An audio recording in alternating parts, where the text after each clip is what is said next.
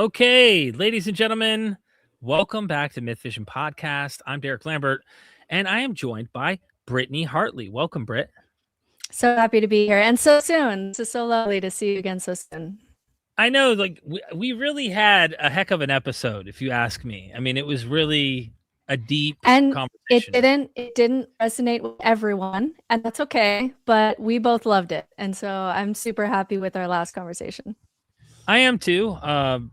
We've been through quite a lot in our lives and trying to figure out what the answers seem to be, and there's all sorts of paths we've taken, and other people I think who can relate, will relate. And then some people may not have that kind of interest in being flexible on ideas or even thinking about some of these things, and that's okay too. I'm out here just in case anyone's watching this going, what the heck's going on? I'm in my mother-in-law's backyard near the pool.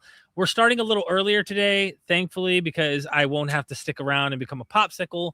I do have a blanket in case I need to, warm up. But before we go into the topic, which is about hell, and everybody, I think, has an idea of what that is, I do want to mention your website and your YouTube channel.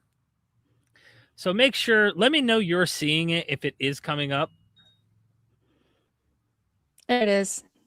Okay. So yeah, my website has courses on there, and currently I'm not doing coaching because I am writing my dissertation in open and relational theology. So I'm taking a break from coaching, but there's resources and links to my book, No Nonsense Spirituality, which is still in the top 5 books for atheism, even 2 years later now. I'm super proud of that book. Yeah, courses on there, and then the YouTube channel, which I just started in the past year, and trying to get that going. And YouTube's tough. I'm still trying to figure it out. I got my start on TikTok, so I'm still trying to figure out YouTube. Wow. Oh, I hope people will go subscribe. The links are in the description for websites, YouTube channel, the whole nine. And you're trying to grow. So if I'm laggy, bear with me here. I am outside, and I feel like I'm laggy on my end. So the video's a little laggy, but the audio is pretty clear. So I think we can just, we can still run through it. Awesome. So you have, I guess, a special treat everybody's going to enjoy, I think. I hope so. If you're someone who has struggled with fear of hell, this is the episode for you. This is a topic that Derek said, hey, do you want to talk about hell a little bit, not just from like the scholarly perspective, but also from the work that I do as a spiritual director, which is a 2-year certification program after my master's degree in theology. Or if you were to go to like a religious deconstruction coach, what does it look like to work with someone over this concept of fear of hell, not just like going into the scriptures of the concept of hell, but actually how to overcome your fear of hell so that it's not causing you any angst anymore. And so I thought I would just kind of take you through what I would do with a client, all the aspects of this, of what it is like to take someone who is having nightly, nightmares about hell, very scared to move forward because they feel like if they keep going in their deconstruction, they're going to hell. I get this question every day on my social media. How do I know that I'm not going to hell? This really deep fear. So I'm just going to take you through kind of what I would do with a client if they're showing up like that. And then just would love to hear like your feedback and what resonates with you kind of as we go. Absolutely. All right, ready? Everybody in the super chat ready? And then if you have questions in the super chat as I go, someone says they're in hell if we have any questions, which I think is a funny comment. We got to get that one. Yeah, that's a funny comment. You got to put that up there. So questions as I go is great. And I'm just going to go through what I would do with a client if you showed up on, in my office with a fear of hell. Now, for me personally, just so you know, I was raised Mormon, and we have a different concept of hell that isn't quite so fire and brimstone. So this isn't something personally that I had to really work through. There was other things that I had to work through. And by the time I got to like my time in Christianity, I was doing open and relational theology, which kind of doesn't do any of that fundamentalist Christian hell stuff. So this wasn't one that I had a lot of personal experience with, but one that I deal with daily as a religious deconstruction coach and spiritual director. All right, ready? So ready.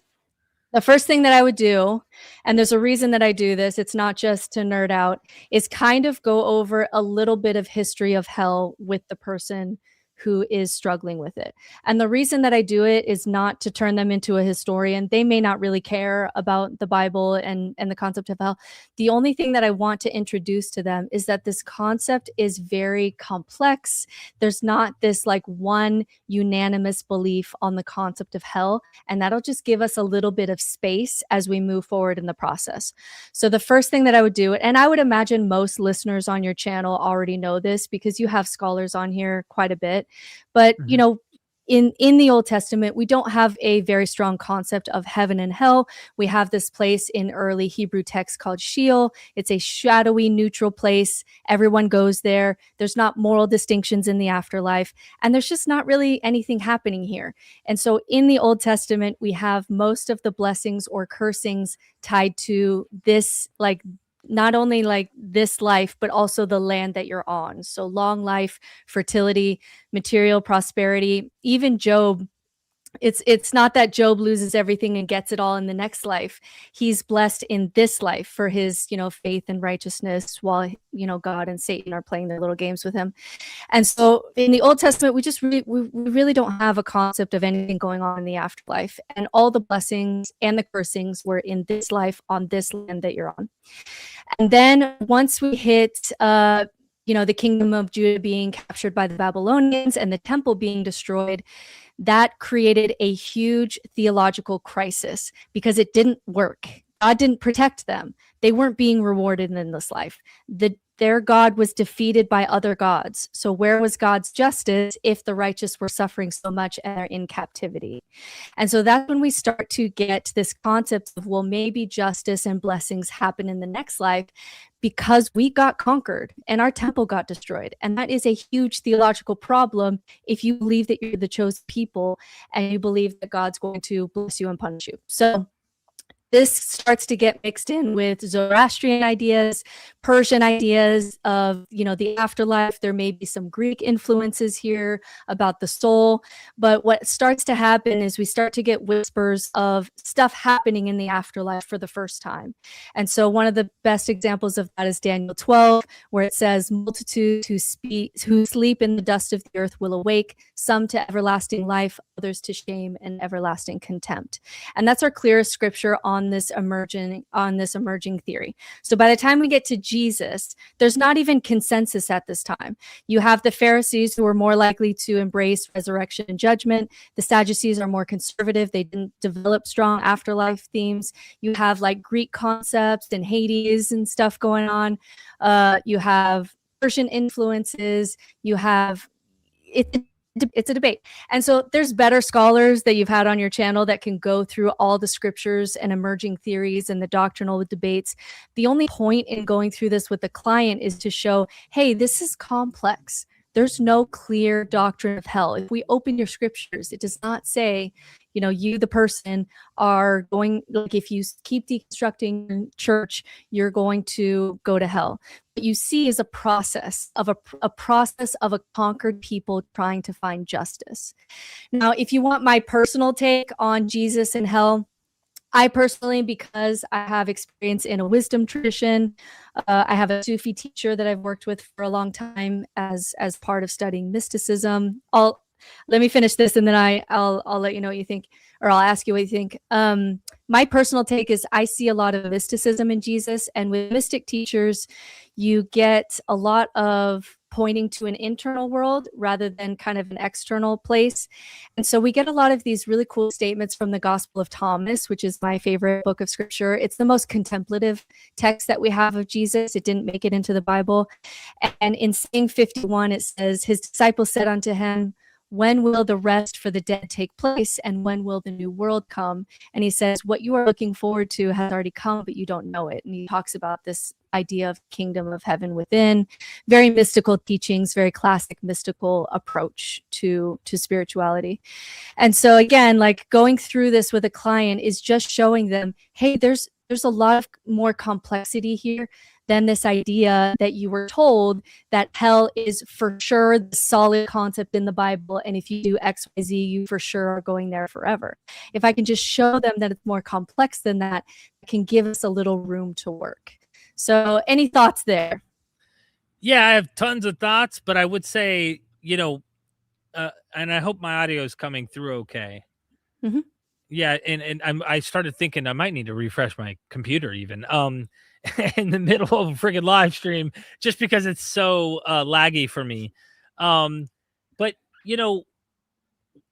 100%, there's not a univocal message pertaining to hell. There's different ideas, it seems, different concepts that are going on. And I know that there's a lot of people. One of the things I try to do is help them detach from the text. Like I have a friend I grew up with who was always closeted. He was gay, and he obviously had to suppress this in the kind of circles that we were in because those people go to hell. And we believed this very firmly. Once we're all adults, he marries, and he's like, well, I found out, he told me, the Bible doesn't condemn it. And I'm thinking to myself, okay, like whoever's interpreting these texts, if you go to Leviticus, you could walk away from Leviticus and go, okay, guy with a guy. Like he needs an interpretation to confirm so that he doesn't feel like he can't let go of the text.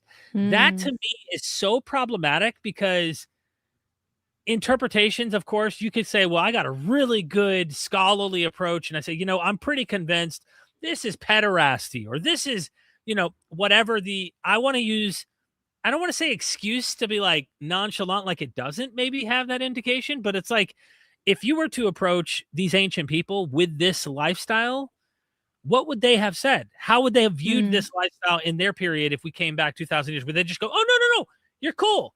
Yeah. Guys and girls, go ahead. Or would he have been like, that goes against nature according to their perception? And so like, I just want to say, like, I think it's important what you're saying is just like, there's not one message, which should cause a little bit of confusion for any like person who's not clinging for dear life to these texts to go, well, hold on. If there's not a clear message, like you brought up the sayings of Thomas, which I always enjoy too.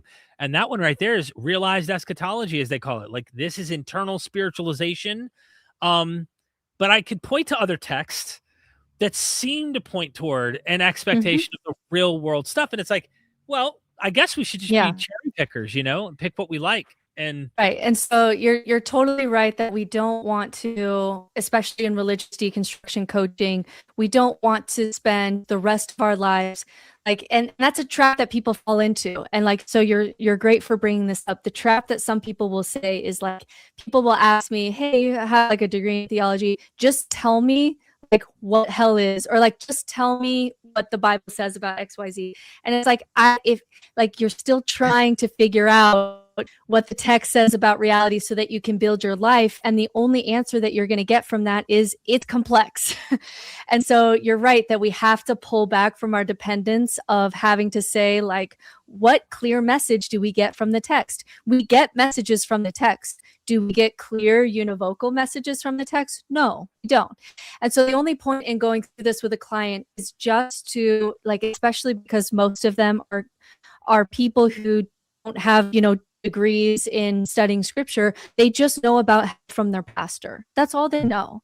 And so if I show them at least in the scriptures, at the very least, I can say it's complex, then it just gives us some space. It gives us some permission for this person who's still in their deconstruction, right? Like there still may be things that they love about Jesus, for example, that they're not wanting to deconstruct from or whatever, because it's not ethical for me to push someone's beliefs when I'm in this coaching setting. And so, yeah, the only reason to go through the text is not because we're building our life on the text, because we're trying to pull away from that. It's to show, hey, it's complex, which means we have some room to move. And then we can start these other processes. So that's great that you brought that up. I agree. And I think harm reduction, right? Like, what is the best path? And if that's meeting them where they're at and saying, hey, so you have a dependency upon this text and you thought it's just this one story, one text, one meaning. It's not. And let me help you to see that. That does create kind of like a, well, hold on, then which is it? And it's like, now we could start. Yeah, I don't have to. Yeah, and the great thing is, like, I don't have the answers to that. I tell them if they ask me. I don't have the answers to that, but that means, yeah, like you said, like, it just gives us space to say, oh, there's more room here than my pastor threatening me with hell. And he's up there with his Bible. It seems like it's coming from the Bible. There's more here than I thought. That gives me some room to move a little bit. Absolutely. I agree with you 100%. Okay, so after we do that, we've gotten just like a little bit of space. We're using the text, that they're most familiar with. Now we start going into, rather than just deconstructing logically this concept of hell, we have to do the emotional work. And this is the part where, especially kind of like the religious podcast world, will kind of stop. And it seems like there's a lot of podcasts on the development and the history of hell, and you can nerd out and you listen to Dan McClellan types, and you can go wild with all of that. But I have people who 10 years later, they're full-on atheists. They don't rationally believe in hell. They're still having nightmares. They still will have a fear when someone dies. It will still show up for them emotionally.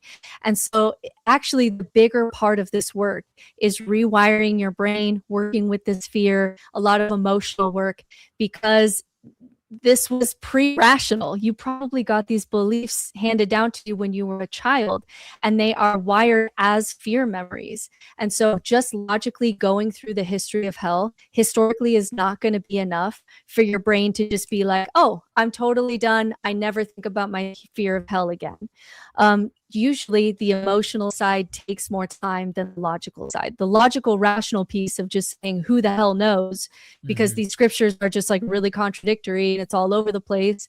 That part's actually easy. It's really easy to get through that part. The emotional work is where you're actually having to rewire your brain. So what that looks like is, first of all, just knowing when they got these beliefs as a child, and we really go back to how it was presented to them as a child, because we have your prefrontal cortex is the part of your brain that's handling the rational belief. We can go through that fairly quickly when you do the history, but the amygdala is where it stores your fear memories.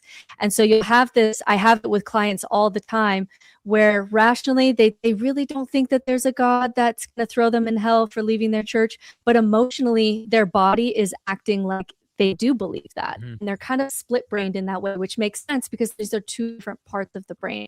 We can't actually erase a fear memory. We have to create new neural pathways. And that's where the real work is. And so one of the first things that we do is we will re-encode these symbols. So the brain doesn't stay afraid of something that it learns how to play with. And so we're going to actually, in your brain, we'll bring up whatever the imagery was when you were a child. Let's say that it's fire, or let's say that it's Jesus coming down and it's earthquakes, whatever that imagery was. And we're going to actually move your brain into a new thought there. And so here's an example that I keep on my wall. This is, if you can see, this is Velociraptor in the Velocirapture. And it's just something silly. It's so silly. And yet it is actually very effective for your brain to take something like fire, for example, that feels really scary in your body, and take that and imagine it as a fireplace at, in the winter, and you have a cup of hot coffee, and you remind yourself you have this one life and these precious moments, and you just move that fire image into something really beautiful, or something really funny, or something really playful, because we need to make some new associations to those fear symbols that you got before you even had words. So we'll do some of that work to see what symbols we're working with. Another thing that we'll do is just inner child work in general. It sounds schizophrenic. We don't do this with teenagers. We only do this in adulthood. You have to have kind of more of a solid sense of self to do inner child work and shadow work. But you really remember and bring up in your memories, because your brain has a hard time of knowing what's real and what's not, and we use this to our advantage. And it's very effective. In fact, there's some studies I saw out of Germany that showed that narcissists, really hard to work with in therapy. But if you can talk to the child who had to put on the narcissistic personality, you can actually get them headway with even narcissists. So it's really powerful work. You imagine the child who was scared of hell, who was scared of losing their family, whatever it was. And you as an adult become a parent in that situation. Hey, that wasn't okay. Hey, come here, and you give yourself a little hug. And you do lots of visualization work to remember times that you were taught this as a child, and you reparent yourself. Another really powerful exercise is to write a letter to yourself with your right hand or your dominant hand, and then have your inner child who was afraid of this write back with your non-dominant hand, and it looks like a child writing. It's also working with different parts of your brain, and you just kind of have a conversation, and it can help your brain realize that this fear memory is not real, is not accurate. I can let this go, and your brain can start to process that so that those neural pathways aren't showing up for you anymore. You can also do some people do EMDR. I'm not a therapist, so that would be outside of what I'm qualified to do. That's especially for if you're having nightmares and panic attacks. You might go the EMDR route and do similar work. Another thing is dream work. I'm curious, have you ever done anything with dreams? Are you curious about that? Did you get into that at all? I haven't done anything with them, but I could see why they could be impactful. I mean, I've had dreams that I thought were so real and so profound, and then woke up and was like, damn. It'll even set you on a new path. It can change, people's lives. So yeah, I could see that. Yeah. I'm a huge fan of dream work. It's something that earlier on in my angry atheism, I would have been that's gonna feel like bullshit. But in the past few years, one of the reasons that I don't do psychedelics as much is because I got better at dream work. And not as a magical, I'm very skeptical. If people remember from my last episode that I did on here, I'm very skeptical. So I'm doing this at the level of the brain. I don't, for example, believe that my soul went to some spirit place or something like that. But hell shows up in dreams for a lot of people who are religious deconstructing. And so we'll practice what's called lucid dreaming, where we'll go into your dream either in a guided meditation or when you're about to go to sleep or when you first wake up, and start to have the dream go in another direction. So if you are, for example, if you frequently dream of fire or being trapped in a dark place, then you will visualize yourself, finding a door and finding an exit. And you're actually kind of working with your subconscious so that there's not such a disconnect between your rational, sober, awake mind and your emotional dream mind. And we start to kind of put those things together. So dream work is really interesting to me. It's something that I've gotten into the past few years. I did a year-long course with This Jungian Life group. Anyway, that's another rabbit hole for another day. And then big thing that we need to do is new rituals. So rather than being driven by fear and constant reminders of hell and heaven, we need new motivators, new thoughts, new rituals. And this is really effective because where I see the most people get stuck as a religious deconstruction coach is you've deconstructed everything, but you haven't given your brain any new thoughts. And so your brain has nothing to do except for just go through your old neural pathways. What about hell? What about this? What about that? And and you have all of your old scaffolding, but you don't have those beliefs anymore, but you haven't created a new brain yet. And that is the heart of the work in religious deconstruction. That's where reconstructing is a lot harder and takes a lot more effort than the deconstruction, even though deconstructing is hard, and you'll have a lot of deaths in that process, and it's very painful. It can be really painful to lose community. It can be really painful to lose God. There's a lot of pain there, but reconstructing a new brain is hard work. And that's where I wish there was more, my beef with the religious deconstruction community is sometimes we spend too much time talking about how much religion sucks. And in many ways, they're not wrong. It's just like it's like reconstructing needs a lot more work too than just saying religion is wrong. So new rituals looks like identifying your core values, identifying what inherently feels meaningful and purposeful for you, putting quotes around, putting images around. Who are your saints? You know, people that you look up to as heroes that you want to be like. What are the ways that you ground yourself? What are the daily, weekly rituals that you have? What are the family rituals that you have? What is your family culture like? And that's what I do with secular spirituality, is I look at what religion did that was helpful for us psychologically and socially, and how can we get these tools into your life so you're psychologically grounded, so you have all the psychological benefits of religion, but not asking you to believe anything that you don't believe. God, I love that. I do love that. I have to just say, because I do think it's easy to point out how wrong some shit is in the Bible. Okay. It's really, and it's easy fun. Like, it's addicting. So it's so fun. It is. And it's so easy. And it's like, whoa. And you do feel a bit like, yeah, I figured out some crazy stuff that you're deconstructing the text that was once so sacred and so perfect. But then, there is a part of you, and this is what I guess I would like to say to my ex-religious, friends who might watch.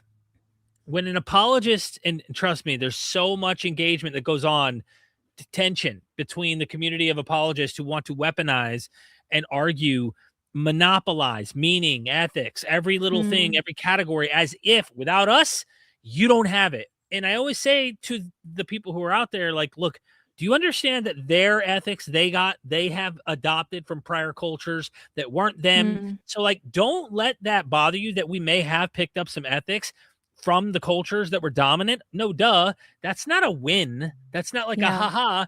But I think, like you said, if we can find the psychological tools that come from that we evolved, which is part of why I think religion even existed for humans, and we're able to utilize that, learn what those are, absorb those, and give them a new package in a whole nother way, without the superstition, without the dogma, without all the nonsense. That's one of the things that brings me back to our first conversation, just to say, like, I'm not so pessimistic. I think we can unravel these things and maybe figure them out, hopefully, and still be able to utilize them and find good and value in them. We're in such a culture war, though, that it's hard to see a past the horizon.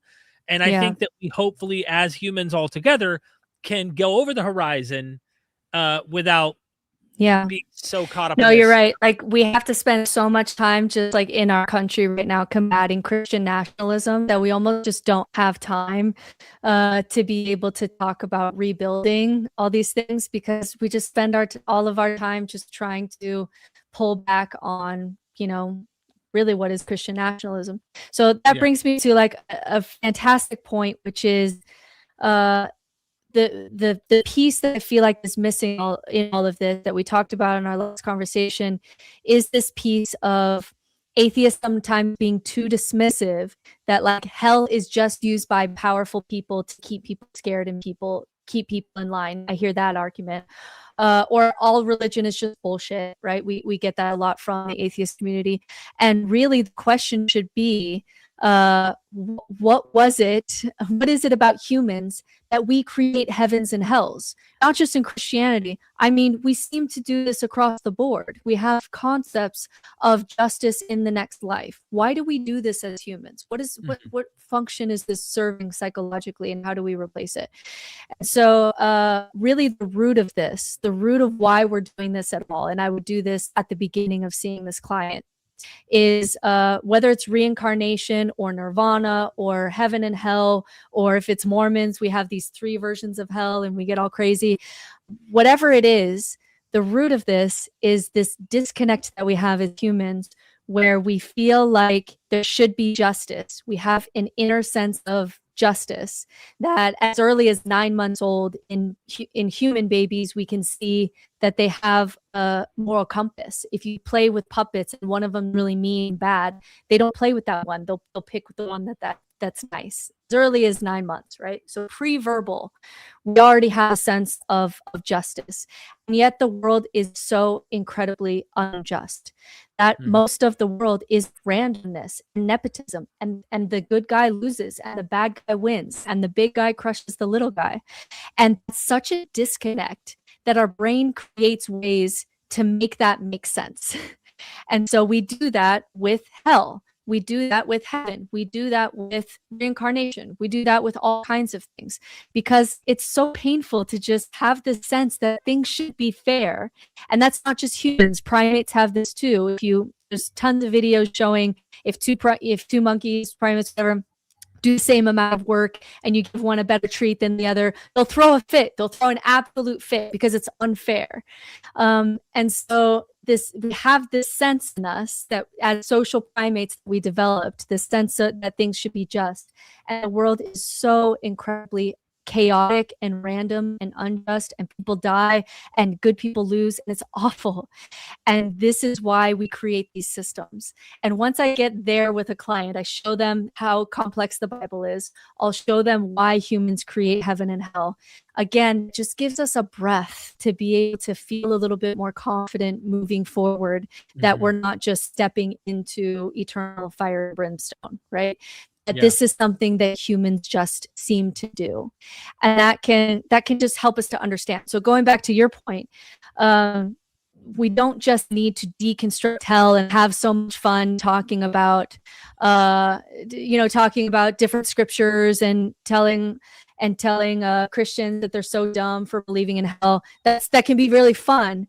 What we actually need to do in the secular world more of is say, oh, it is really hard to live in a world with so much injustice. How do we sit with this better? How do we change this? How do we sit with this? I remember the first time, it was the first awful documentary that I watched after I lost my faith in God. And it was a little boy. I'll never forget it. It's on Netflix, and his name was Gabriel Hernandez.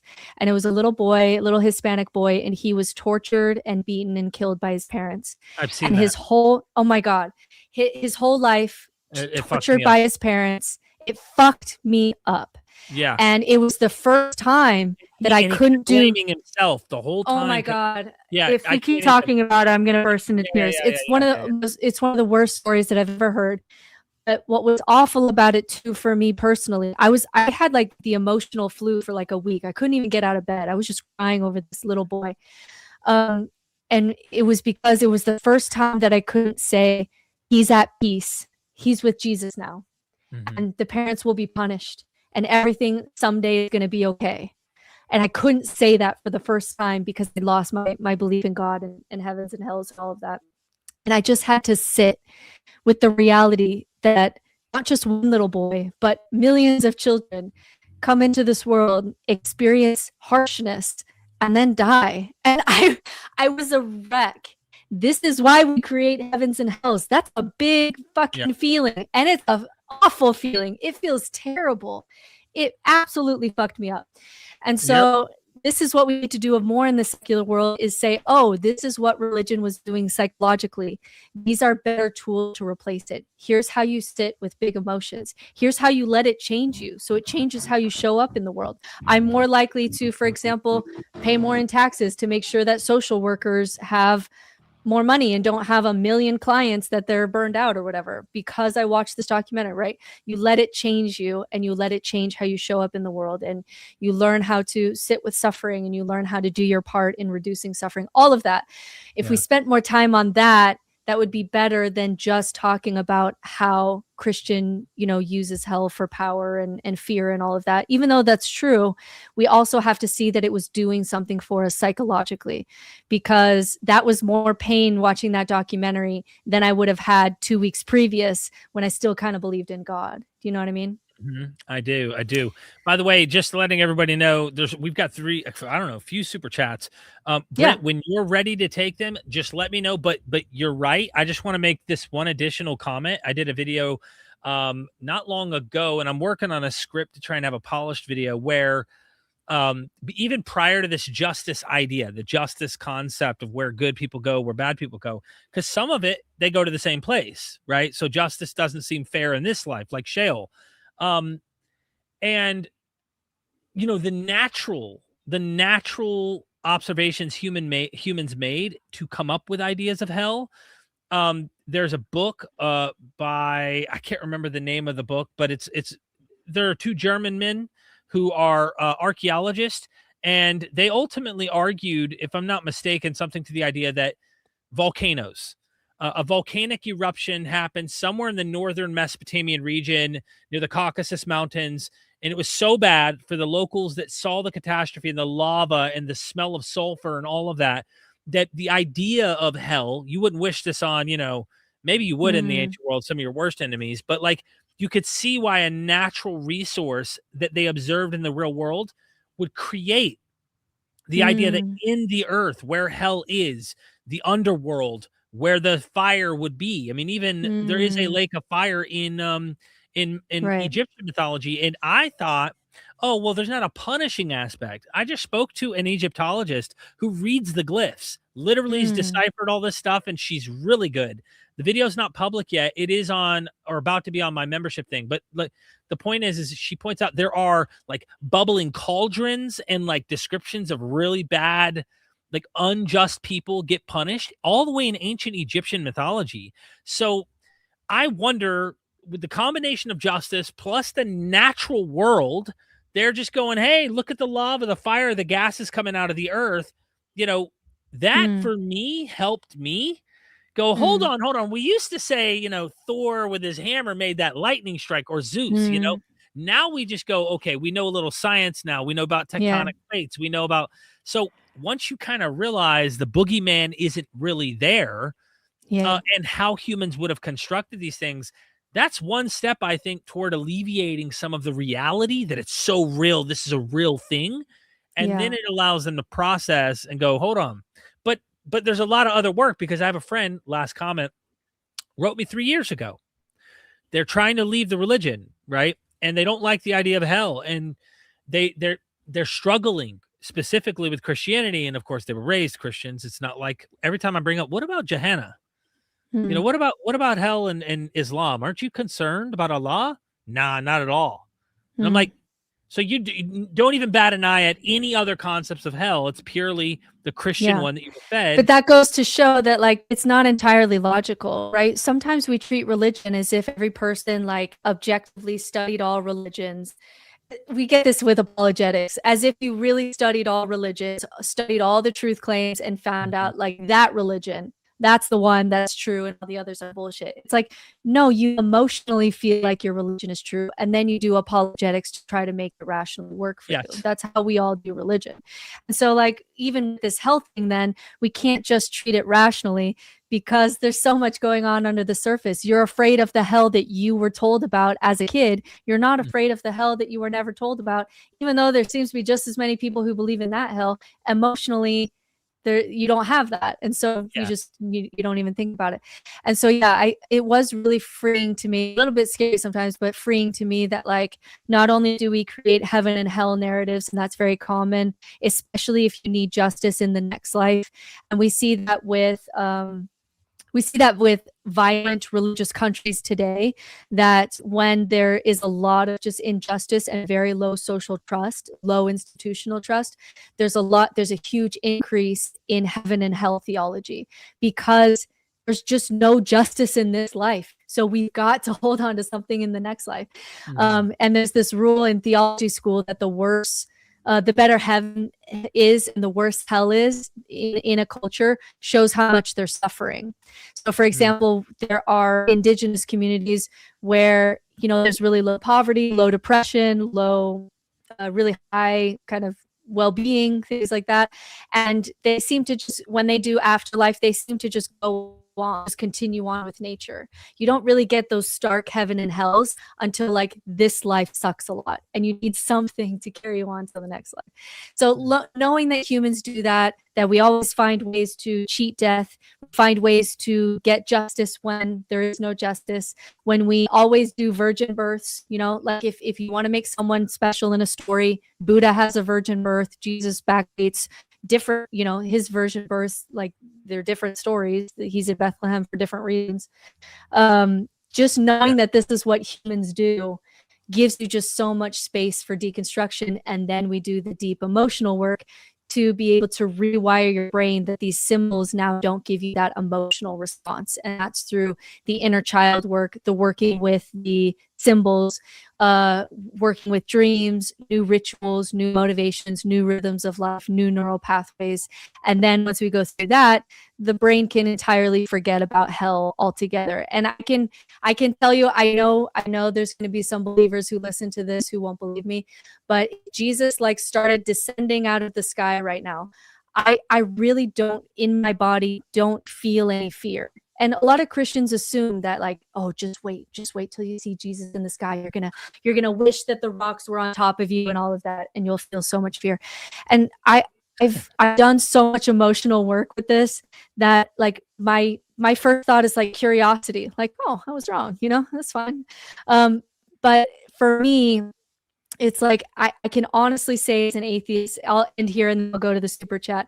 I can honestly say as an atheist that Jesus on the horizon, that I could tell Jesus that I did my best to live a moral, service-driven life, even when I lost my faith in theology school, trying to get closer to you. And the parable that sticks with me after all of these years is the Good Samaritan, that the Good Samaritan was someone who had the wrong faith. He was a Samaritan. He was not an Israelite. He was not of the covenant people. But he was the one who helped people when they were wounded on the side of the road. And the work that I do now is helping people who are spiritually wounded on the side of the road, whether from dogma or religion or their church, and to tend to them and hopefully rebuild a better life on the other side of religion, and to hold on to spirituality in whatever way that resonates with them. And so I can honestly stand before God with a clear conscience there. And I really don't believe in worshiping a God who would create hells where, I lost my faith, I didn't choose to, and then I burn in hell forever. That's not even a God worth worshiping. I'm not even afraid of that. Like, I'll happily go to the hell if that's the situation, because like that's bullshit. Like there's just no way I would worship a God that would do that. So all of that together, when you do the logical piece of going into the scripture, why do humans do this? The inner child work, ritual work, new neural pathways, all of that. I can get someone who's having panic attacks about hell even years later after their deconstruction to finally move on and not feel it in their body at all anymore. And it's a really beautiful process when I get to do that with someone. That is very, very powerful. And it does take a long time, as you point out, like some serious work to get over some of these things for some people. I feel the same way. Like, I guess the difference is, I don't really think that Jesus is ever coming out of the sky. I'm at a place, I guess, in my research that's just, I'm like, the confidence I have in my historical like research and the comparative mythology and all that is like I know that's a story. And it's like, if it did happen though, like hypothetically, like you're bringing a hypothetical, I'd be like, yeah, I was wrong. In fact, we have a super chat I think it's worth getting to that actually asks you and me this question.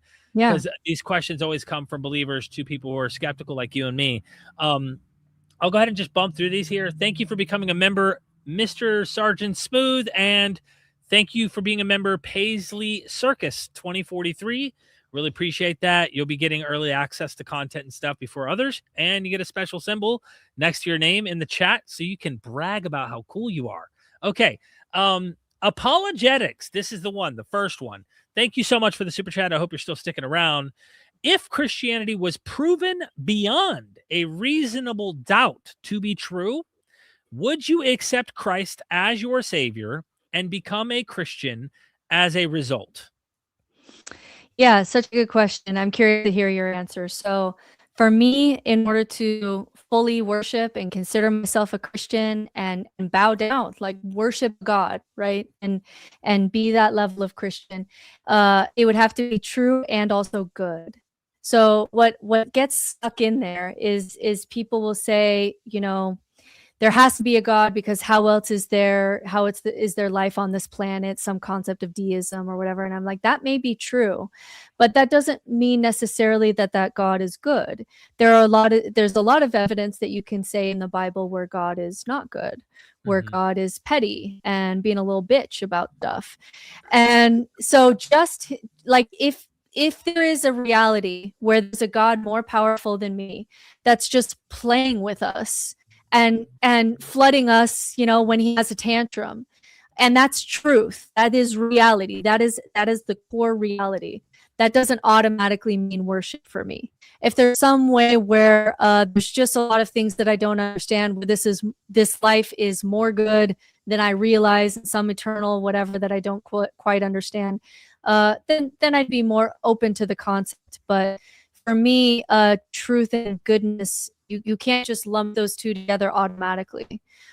So truth is not enough for me to worship a God. And for me, I didn't find enough evidence in the Bible or in personal experience or just looking around at the world. Like, I just fully believe that it shouldn't have been this bad. There shouldn't be this much unnecessary suffering. You have millions of years of animals eating each other alive in absolute pain and suffering.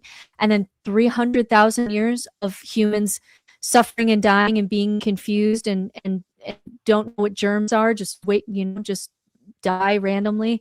So much suffering, so much confusion, so that at the end of all of that, some people know about Jesus. Like, to me, it still doesn't, even if it was true, it's not good enough. And that was, for me, my journey as someone who dabbled in Christian apologetics, was that I created, I'm not just like an atheist in my ivory tower here. Like, I was in the trenches doing Christian apologetics, especially in open and relational theology. And I built this complex system of how God could be working here and how it could be all okay. But when I take a step back and say, is it good enough? My answer is no. It's not good enough for me. So it would have to be true and good. And until I see evidence of that, then I don't worship God. Yeah, I think you're dividing the question up, right? And like, this is such a hypothetical mind game, and I'm trying to be as honest and take it as a sincere as if it was true. I'd have to really nail down what they mean by what they mean by Christianity, because, let's just take what you just said, right? And we find out that there was a demiurge that was evil, and it mapped on to what we find in the Bible, and the Gnostics were on the right track. Okay. Yeah. And they said, listen, there was some theodicy that, was beyond, like, yes, this is suffering, but we really think this is so bad until we actually enter into the blissful, whatever it might be. Okay. Maybe we're just so limited and don't get it, but like, I would still then be able to at least point to the maker of some of this shit you just described and go, that's evil. Okay, we Gnostics agree that's evil. If it was proven that form of Christianity that mapped onto reality and it made sense that all this evil was really done by an evil God, and there was a good God above Jesus, which I think is problematic already, but like, I'm trying to play the hypothetical here. Obviously, I would like to answer this question, say this way. If we found out Jesus was somehow beyond reasonable doubt really the Son of God, there was a God above him, I would accept the fact that, yes, that's true. It's not like I would deny the facts if the evidence seemed to point that way. For sure. The question is that, would you still follow a deity at that point? I'd have questions, and I'd be like, okay, if we're playing hypothetical, I'd be like, well, why can't I hypothetically ask him why the problem of evil can't be? What is the solution to it? Because you've got to give me something really good, because this is not an easy thing to hurdle. Like, you've really got to give me something here, because if it's so beyond reasonable doubt, it should be something we could walk up, get the answers for, the same way he should be able to answer the solution of this problem. And it's just difficult for me to even be able to know how to answer that in reality. I would accept the facts. Yeah, accept the facts. Yeah. But then that's where you get into anti-theism, where it's like, even if your God was real, when we talk about like the classic God of theism and the God that's showing up in the Bible, even if that God was real, I wouldn't worship that God. And that's what we call not atheism, anti-theism, which is, even if you're right, it's not fucking good enough. Like, it should have been better than this. Like, there's just so much unnecessary suffering that has no salvific purpose. What moral lesson do animals learn for millions of years of just eating each other alive? What was the moral lesson there? You know what I mean? That, like, I do. There's just not. It just wasn't, to me. It just wasn't good enough. And another story that's really interesting to me, you'll really like this, is like, when you consider the hells of other religions. There's this great story that comes to us from Hinduism. I forget which of the Veda, I forget which one it's in, but a father is taken to hell and shown that his family is there. Their version of whatever hell was, and says, they made some bad choices, but you get to go to heaven. So let's, get on the train and get going here. And he stays with his family in hell and says, the right thing to do is stay here with my family and not abandon my family. And the whole family then gets to take the train and go to heaven. And so it's really interesting. Cool. I love that story because it's like Christians all the time get to say, like, you're going to hell, you're going to hell. And almost in this like vindictive way, like, I can't wait to see you, that I'm going to be right. This goes back to Tertullian. He said the best part of being in heaven is standing on the edge of heaven and getting to look at the suffering of the damned. There's this anger and this vindictiveness, right? That you can get really addicted to. And so I love that Hindu.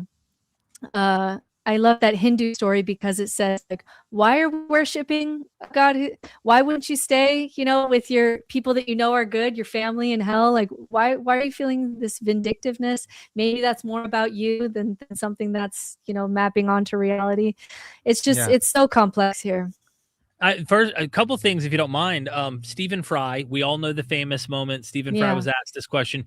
Let's say you die and it is true and you appear before God. What do you have to say to him? How dare you? Yeah. And then he goes, and I love Stephen Fry's work. For those who don't know, he's written a lot on the Greco-Roman myths. He's a classicist, brilliant work. But he brings up the Olympians and he goes, but if I died and I appeared before the Olympians, the 12 Olympians, and they go, hey, welcome, here's Mount Olympus. What's up? You see what's up. He would understand, because he practically puts it in no other words than they're fucked up too. So the world's fucked up because the gods are fucked up. Everybody's fucked up. That goes back to like Zeus, going back to this question, if Zeus is true, would you accept Zeus as your god? Like, yeah, if Zeus is God and that's reality, I'm going to have to accept it. He's a shit god. He's fucking everything, man, woman, child, beast in the field, everyone. That doesn't mean that I'm going to worship Zeus. And so I do need a little bit more when you go to like the worship side of things. And to me, the story of Christianity, what's good about it, and I've looked at, someone said like, oh, you just need to look at Eastern Orthodox. Like I've spent time here, I've looked.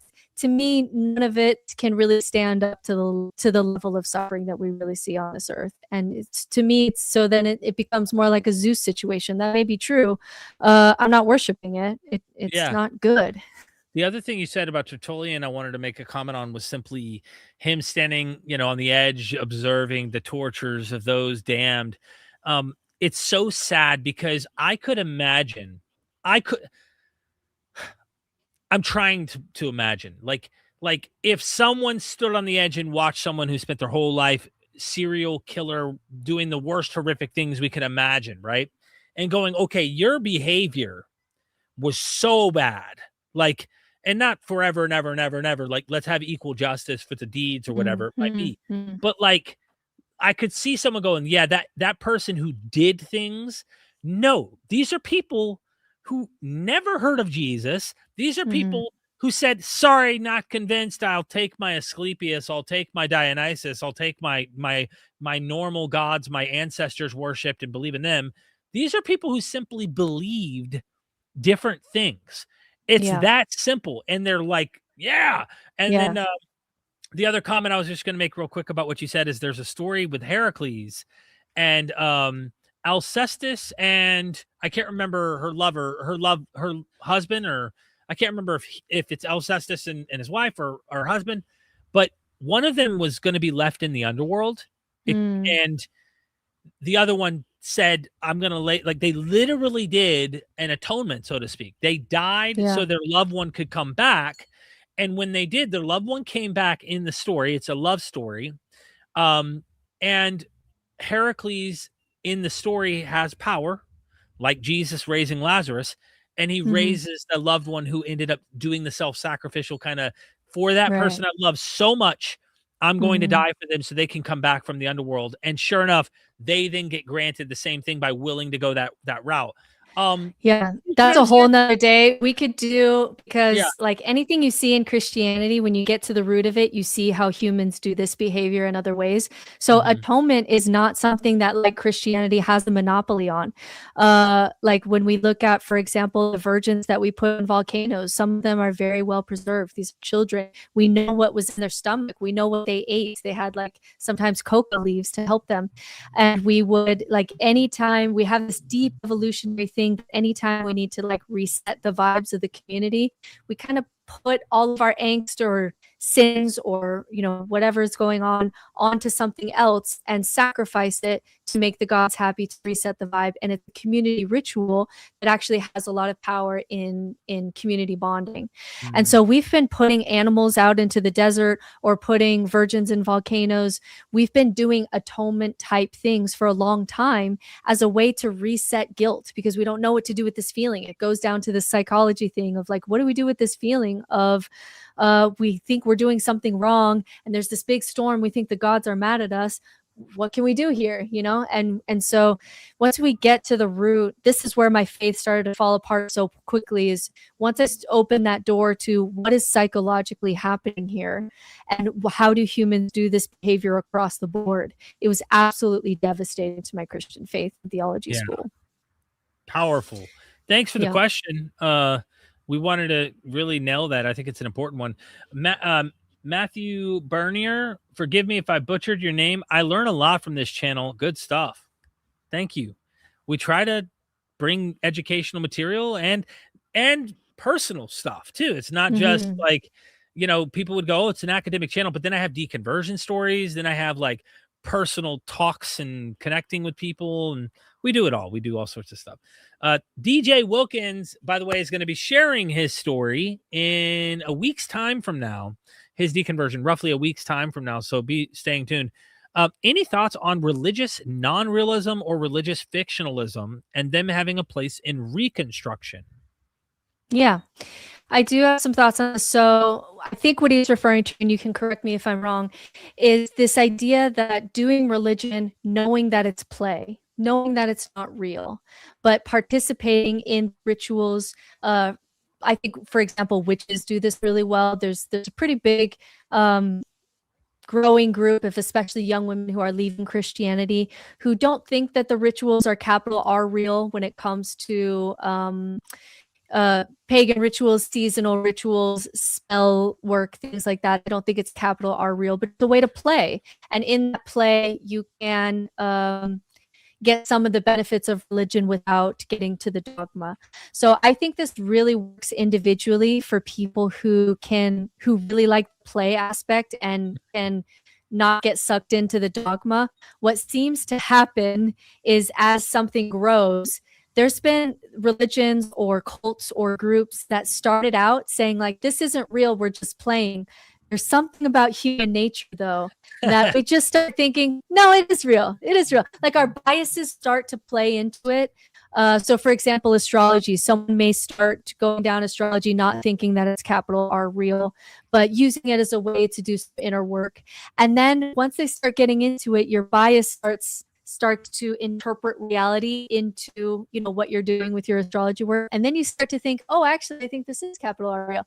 And so there's just something about human biases and human tendencies to cult that this approach, fantastic for individuals, fantastic for small groups that can handle it, not something that's sustainable on a large scale. Yeah. So it seems to be the case that we either cult too much or cult too little, in the sense that like we can't seem to just have a church building on the corner where we help each other and there's community and we teach each other how to be good people and we, you know, do hero stories and we sing songs together and it's great. It's either like too much on the fundamentalist side, or not enough of that binding dogma and not enough of that shared myth to bring people together, that it just fails. So we can't seem to get that happy medium where we can kind of play religion and get the community benefits of that. For example, there's a lot of psychology work on really the benefit for an adolescent brain to go through a rite of passage, but it's really hard. We either do that in religion or in secularism. We just tend to not do that at all. And so again, like this is a place where individuals who want to do this and can stay away from the dogma and be really aware of their biases can do this fantastically. It just never seems to work on a large scale because humans just start getting into their biases and then it's another religion again. It's weird because for me, as someone who's deconstructed, I have hobbies and they fill in a lot of that space that I once had that was more like religiously driven. I play video games. I will watch fictional shows on TV. Now we're rocking the Netflix shows, getting into the new Game of Thrones series, checking out the, like I am nerding out on fiction and I love it. And of course, when I'm watching it, I know logically, consciously, it's bullshit, like in the literal sense, but I play make believe when I watch the show and I never get to, oh, I somehow now I'm convinced that dragons really are flying around and like, no. Yeah. But I feel like I don't like to play with fire and potentially get burnt like you're describing. And I just like recommend finding hobbies that are interesting. For me, studying the very thing that I've detached from so deeply, I can't logically believe it.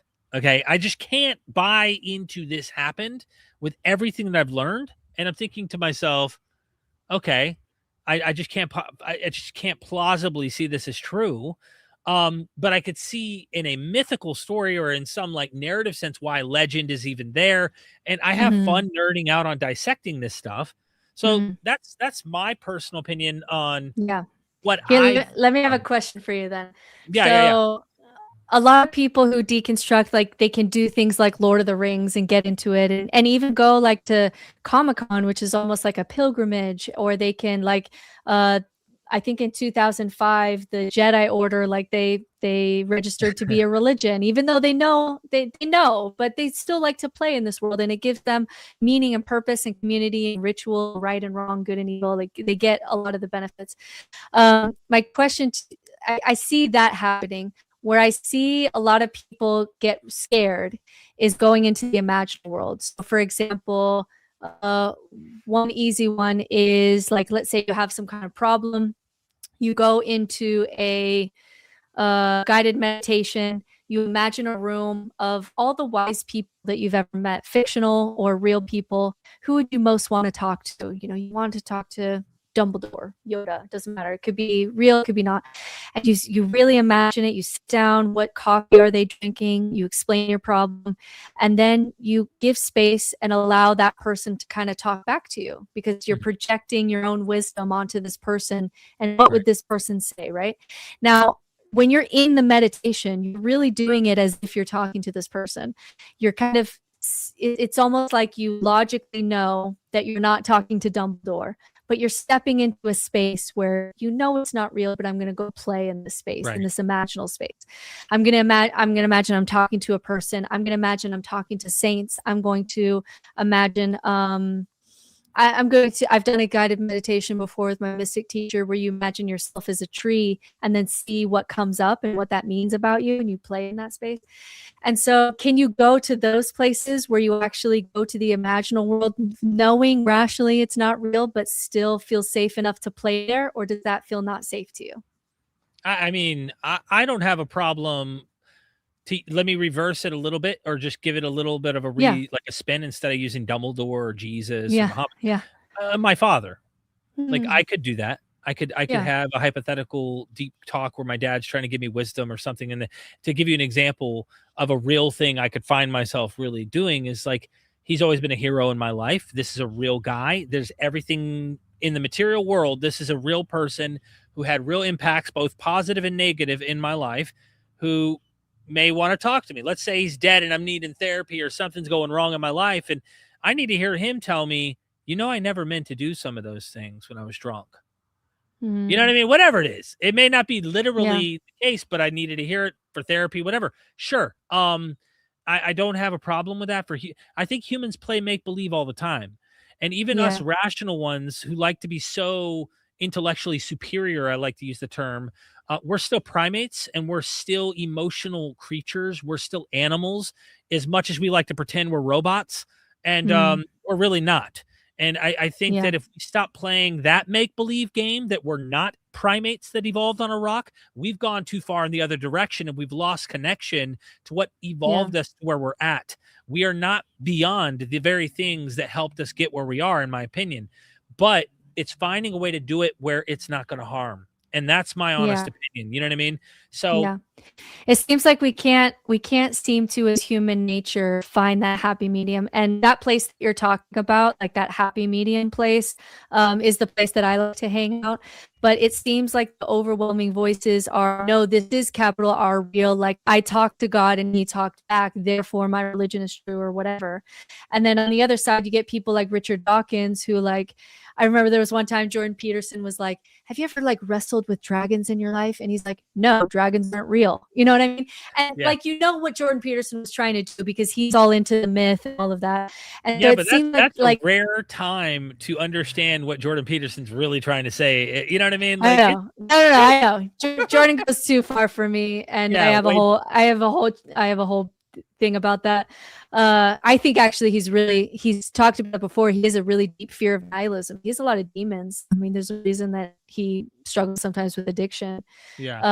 His fear of nihilism means that the myths, he really needs to ground them in reality. Whereas for me, I can take he has some great lectures on myths that I think are really interesting, but he has to make it real. And I think that's because he's said before, he has a really deep fear of nihilism. So he needs it grounded. Whereas I've faced those fears a little bit more directly. So I don't need those myths to be real to get value from it. But that's a whole other day. Yeah, I would say, like, my only complaint, and I haven't like gone through serious lectures of his work. It's unfortunate someone has to struggle. I know what addiction's like, and I empathize with every human who ever has to go through that hell. Now that's a real hell. I know, because I've been there.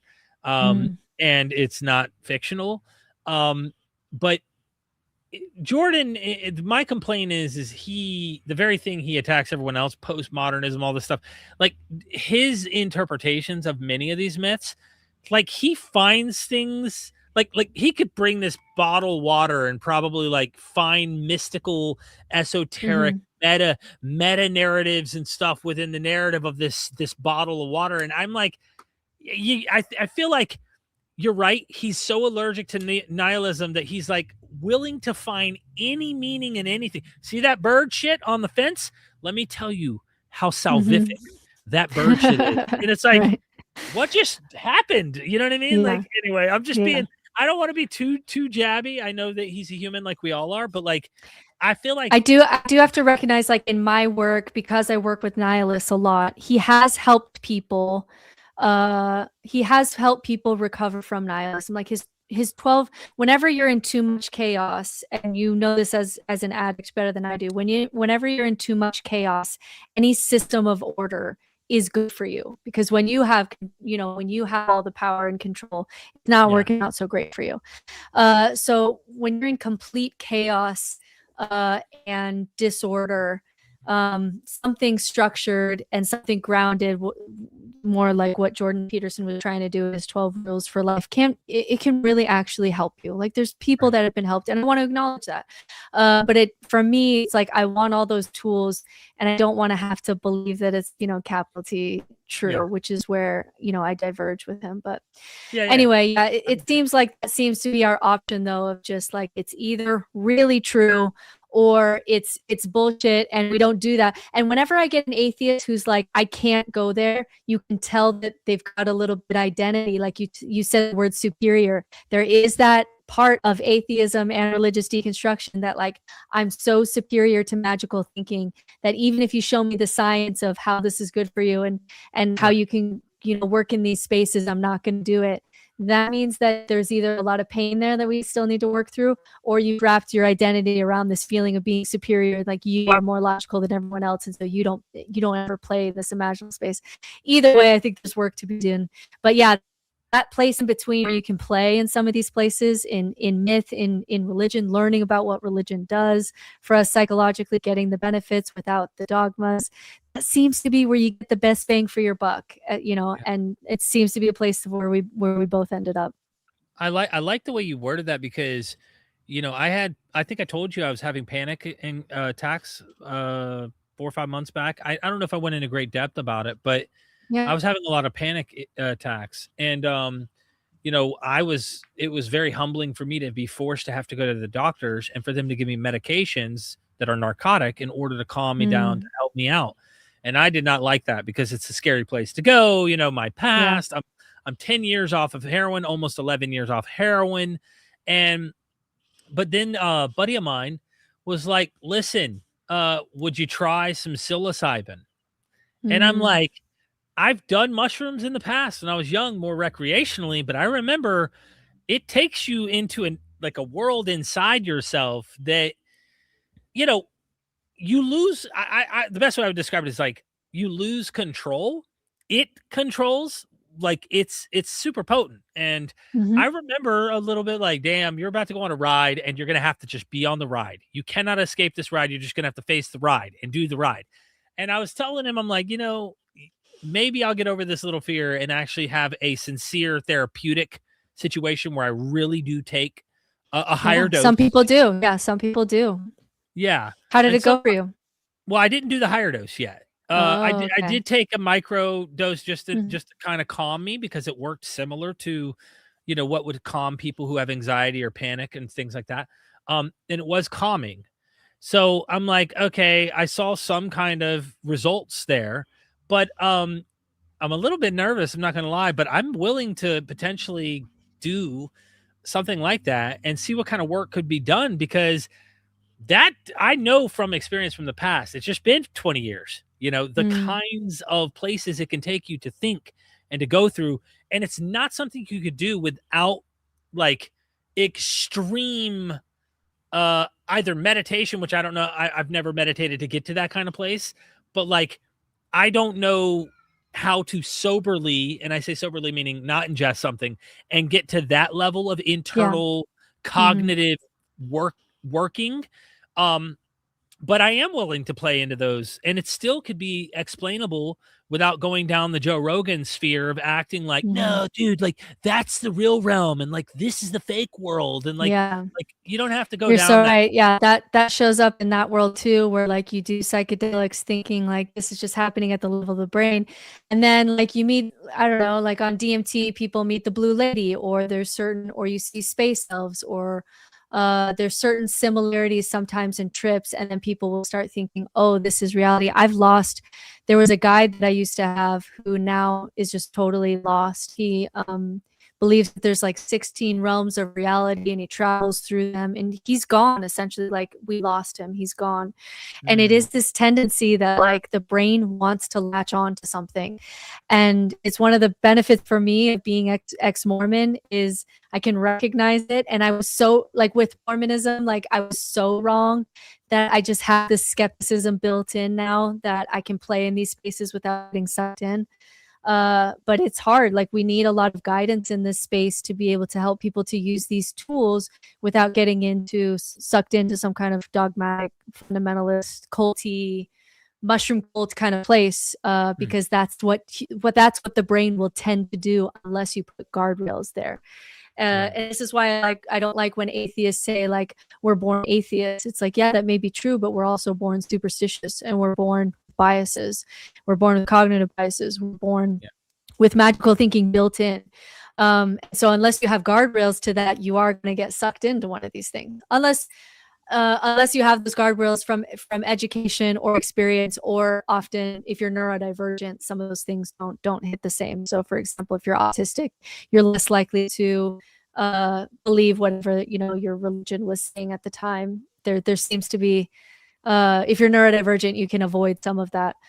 But for a neurotypical human brain, unless you have guardrails, like you're going to go down and think that it's real. Yeah. I love this stuff. I love these topics. You and me. I'm really curious to see a high dose for you, what that would happen, because it tends to be very. I mean, you know, the data tends to be really good for addiction, for processing, for the anxiety and the panic attacks that you're having. I would really hope that you could have a really good experience with that, but it's hard. I usually have bad trips, hard trips. I'm neurotic by nature. I go to very hard places. But I do it once or twice a year for one for depression. I've been able to not have to take drugs for depression. I've had depression since puberty.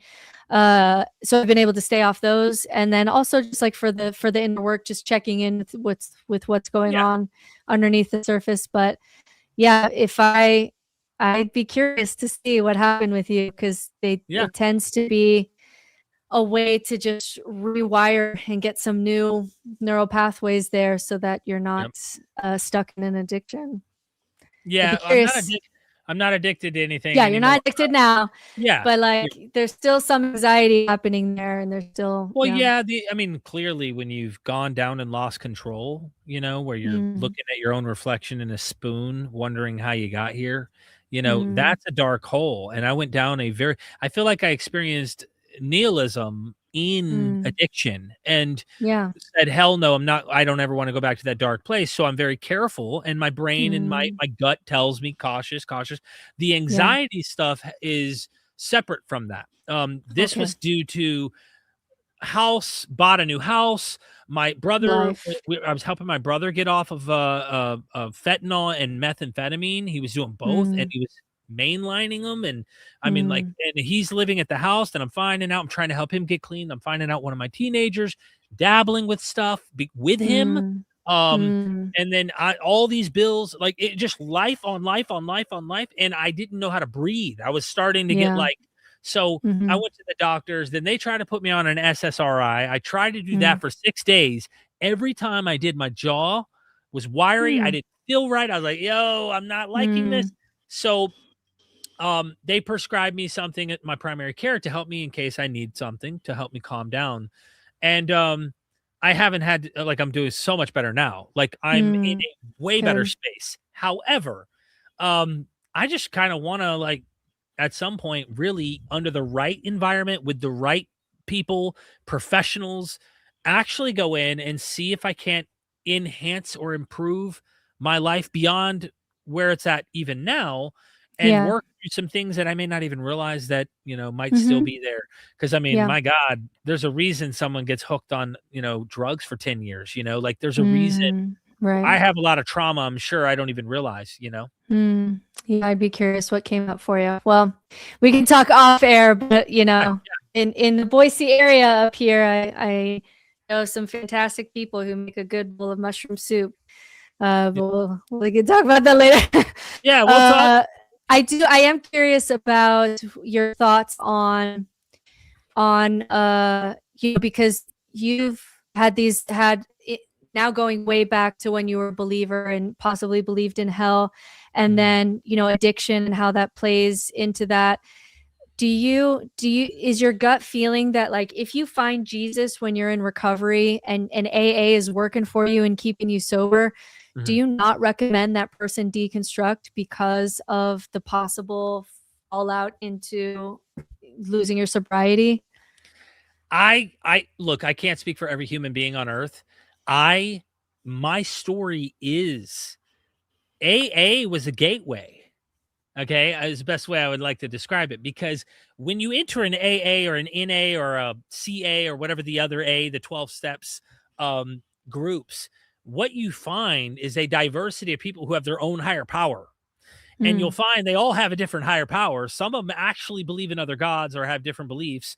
And they say, hey, I'm 5 years sober. And you go like, how does this person with a different higher power have power to get clean? And so interesting. It was logical for me to go, why is it there are 80 people in this room? Half of them believe in Jesus. 20 of them out of the rest, like a quarter of them believe in some whatever, and it's not attached to the Bible. 5 of them are Wiccans.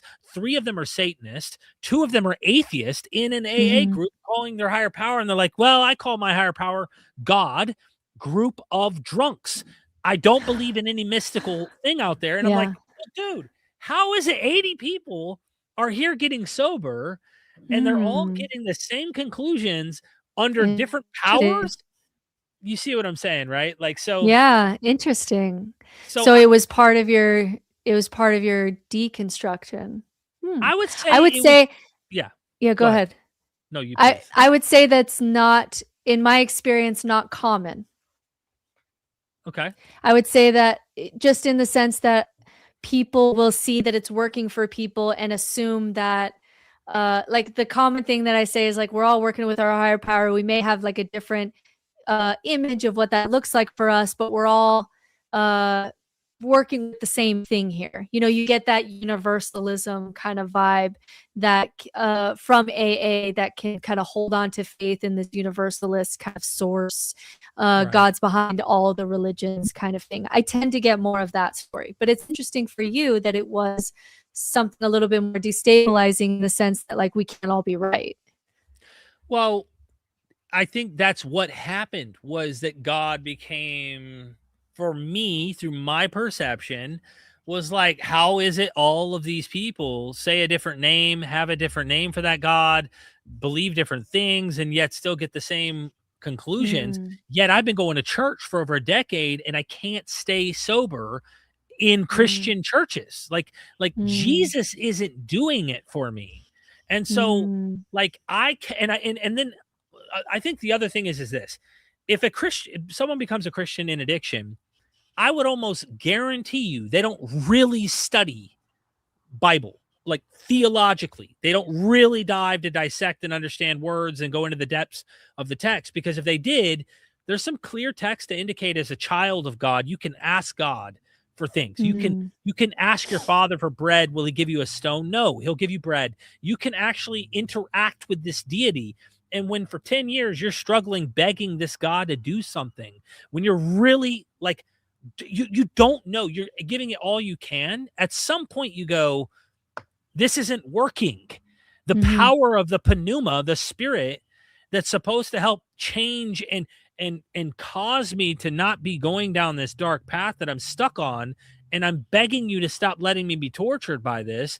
Yeah. I mean, you know, so in my mind, I'm like, am I his? I'm like, am I your child? So I just think that like, I feel like once I started to get clean, and I was still praying to God when I first got sober. I used sober to be for heroin. I was clean. I was using the word God. I imagine some of my cultural background from Bible were coming into this, but it was much broader. It wasn't so fundamentalist. And noticing maybe God is behind whatever we call God, is behind all the world religions. My life improved so significantly when God wasn't this thing constantly hovering over my mind, over my thoughts, over my deeds, over my flesh, over my I am wicked. I am evil in the sight of this holy God. And if it weren't for you being so righteous and good inside of me, then, you know, I'm nothing but dung.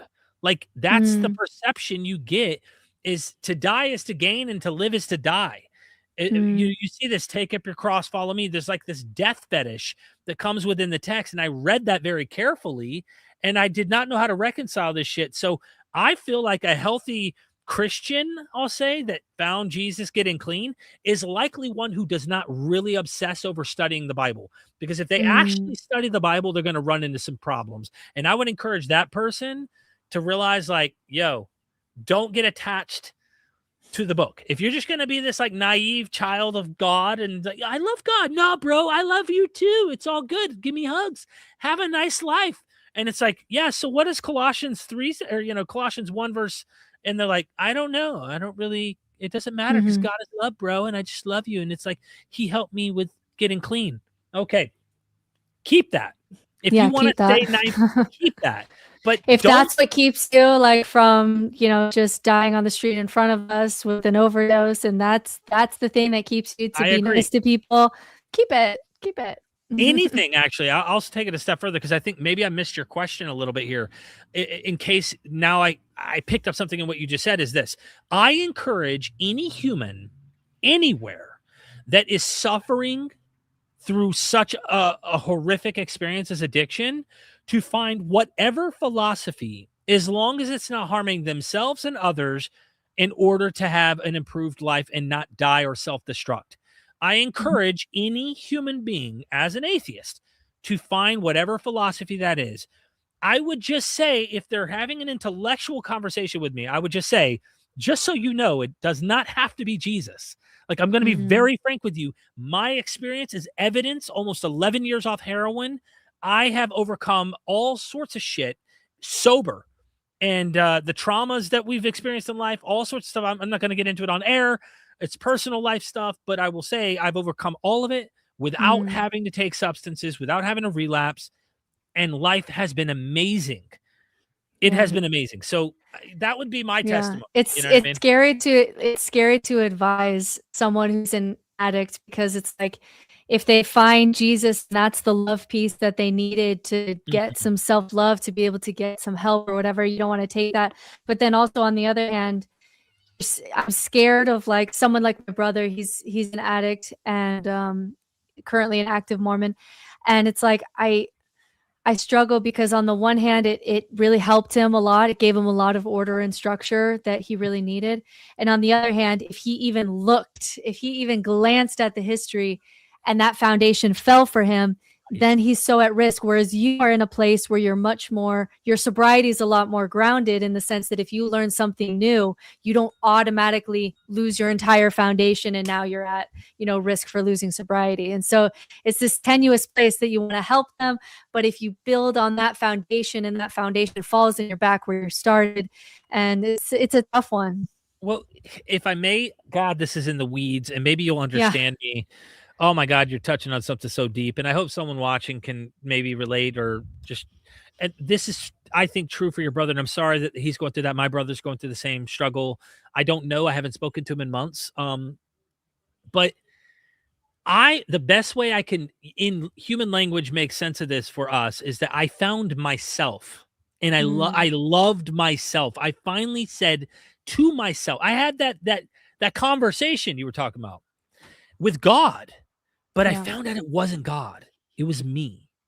And when I realized it was me, I knew that I was good. I knew that it was me that was all along the one that had love, the one that cared, the one that deserved love, the one that deserved good, the one that, and when I saw all of that, like a mirror in front of me, like inner work, through the struggles of life that I went through, and I want to say getting away from the addiction, and some of these interesting little parables. May I tell you one that really caught my attention? Yeah, please. Okay.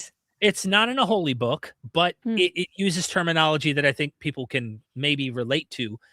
God goes to make man, okay? And the devil overhears it. And God says, man will be, and I mean man generically of all humankind, okay?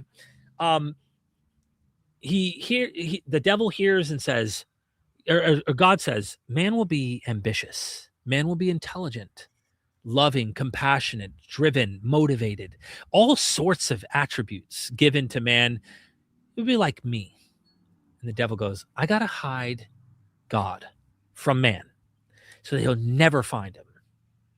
I'm going to hide God under the mountains of the earth, beneath the rocks, beneath the dirt. Man will never find him there. And he's pondering. Well, he'll be intelligent, inquisitive, motivated, driven. They'll find a way to remove the rock and the dirt and get underneath the mountains and find God. I can't hide God there. I got it. I'll hide God beneath the oceans, underneath the sand of the sea. You'll never find him. Man is ambitious, driven, intelligent, motivated. Every attribute that God is. He'll find an apparatus to sweep away the sands of the sea, to go beneath the water and discover God. I can't hide God there. So then it was like, okay. He thinks long and hard and goes, I got it. I really have it this time. I will hide God inside of every individual who ever comes to exist. They will spend their whole life dedicated, devoted, intelligently seeking and searching and looking and finding and doing everything they can to find God, and never just stop and look inside and say, it's me. And when I heard that, I was like, it's you. Like it's you, it's your consciousness, it's you all along. And with me, because I started noticing science, I started looking at things along the way, I started to go, you know what? You could call this a mythology of my own. The mythology of my own, and they'll go, oh, you made yourself to be God, Derek. Whatever you want to say, mock and scoff. I'm not, let me put my throne above the Mount Zaphon, above the heights of God. You know, come on. Like, no, I'm saying that finding myself psychologically is my bedrock, and you can't fuck with it. You can't fuck with this bedrock. This bedrock is unshakable. And when I found that, I'll tell you, like, it was like being born again in a way, but like none of the dogma, none of the stigma, none of the bullshit. And also like less time doing mental gymnastics, right? To try to make your beliefs work so that you can hold on to this feeling that you're valuable, or that, you know, holding on to the mystery of God. You don't have to do all those mental gymnastics too. That's really beautiful. And it goes to really what is the magic to me of being on this side of things is every time that I said a prayer and an idea popped into my head, that was me. Every time that I did something good and it was good and nobody saw, it was me. I did that thing, you know, and making a projection in my brain of God so that I could see myself from different eyes and see that I was worthy of love. So I didn't give up on myself when, you know, my own life, my own shit. That was my own brain too, that created that projection that could find a way to love itself. And that's when you get into the magic of it, of like, oh, the magic and the mystery, it's been in here the whole time. And that's when everything becomes really interesting and exciting again, rather than, you know, at first it was grief for me because I felt like I had lost that. But when I realized it was me the whole time, I kind of got everything that I got out of God, you know, before, is so much stronger now because it comes from me, for me. And you're right. It feels a lot more unshakable. Whereas previous places I've been with my faith were very shakeable. I changed. I would learn new things and it would be devastating to me. And I would like have an existential crisis because what do I even believe anymore? And I don't have that anymore because it's not built on truth claims. It's built from the inside out. And so I'm just so, I hope somebody that weeds that we just went off to in the end there, I hope somebody can resonate with that and feel some comfort with that and some magic again, that like, even though maybe God's not coming to save us, there's still something really beautiful about witnessing yourself. I agree. And I think that's why Elaine Pagels loves me so much. What a sweet, sweet woman. If you don't, I mean, this is why I don't close the door as like, oh, you're a part of my tribe or you're not. As a human being, these are words. These are we've created constructs and divisions between people. And Elaine Pagels knows I'm Darwinian in my thinking and very skeptical and very naturalist. She knows that. And yet when I explain to her that psychological experience that I think is psychological, she thinks a little more, right? She's more metaphysical. She turns to me, she goes, Derek, I'm reminded of the Gospel of Thomas. You were bringing up Thomas earlier, right? And she's like, I'm reminded of the Gospel of Thomas, and some of the deepest sayings you find, the teachings in it is that it's not about what you believe. It's not about what you don't believe. There's something more about just intrinsically it's in you, that you had it all along, and that Jesus is almost like a meme in the story of you. And in this mystical Gnostic-y style material, wherever I am, there you are, right? And that Thomas Didymus, his twin, is kind of you, the reader. And so anyway, it's this esoteric way of like engaging the material. And she's like, you're a mystical atheist or a mystical kind of like skeptic. And I take mystical not to literally mean metaphysically something is there, but like we're playing, we know 100%. enough. You know what I'm saying? 100%. I'm happy calling myself a mystical atheist, and it definitely changes the way that you go back to tech. So when I was younger, I was looking for like capital T truths in these texts, right? Historical truths and what the doctrine is and all of that. And once you have that shift that you're talking about, where you're in the land of mysticism here, it really changes how you go back to text. So for example, like the Good Samaritan story, like in Christianity, that's often a story told to like, oh, your wayward children, like, you know, they'll hopefully come back to you someday. And it's almost like this manipulation. But when you do it from a mystic perspective, you are, and I do this when I read parables with Christian mystics, is this reading of you are all the characters. So you are the father and you're the wayward son, and you're also the elder son. And the elder son is kind of like your ego, you know, like I'm showing up every day. I always, you know, make sure that I look good and everything's done and I'm responsible, and wanting some glory for that too. And then there's the way the weird son likes to push boundaries. And then there's this father piece of like, I can hold space. I can hold space for all of these selves within me. I can embrace both, right? And it just like completely changes when you go back to the text, and when you start to do it from the mystical place of I am all the characters. What does this reveal about me? And that's when scripture takes on a whole new journey. And so I'm an atheist in the sense that I'm very skeptical, and you know, reasons for that. But I can read scripture with these Christian mystics and have a really life-changing experience. Like working with the Good Samaritan parable changed me fundamentally as a person to this day. And that's where a Christian will be like, ha, it's true. And it's like, no, it's pointing us to something deeper. Like this is a story. This is how many humans were involved in creating the Bible, thousands of people. And you can work with these stories that were, for whatever reason, these stories were captivating enough to be passed from campfire to campfire for thousands of years, because there's something interesting in them. There's something we recognize in these mirrors. And that's when we go back to scripture in this whole new way. And so for me, my experience of people who do Jesus that way, which I love any person who's doing Jesus like that, is that you almost have to leave Christianity and kind of leave it for a time, and leave your tradition and explore some of the psychology or other wisdom teachers or other religions. And then when you come back to Jesus, you can see him in this whole new light, and almost a new appreciation, separate from kind of the Jesus and the hell, going back to our point of this podcast, going back to the Jesus and hell that maybe we were given. And that's a beautiful, that kind of circle, that loop is just a beautiful journey that I've seen many people take, myself included.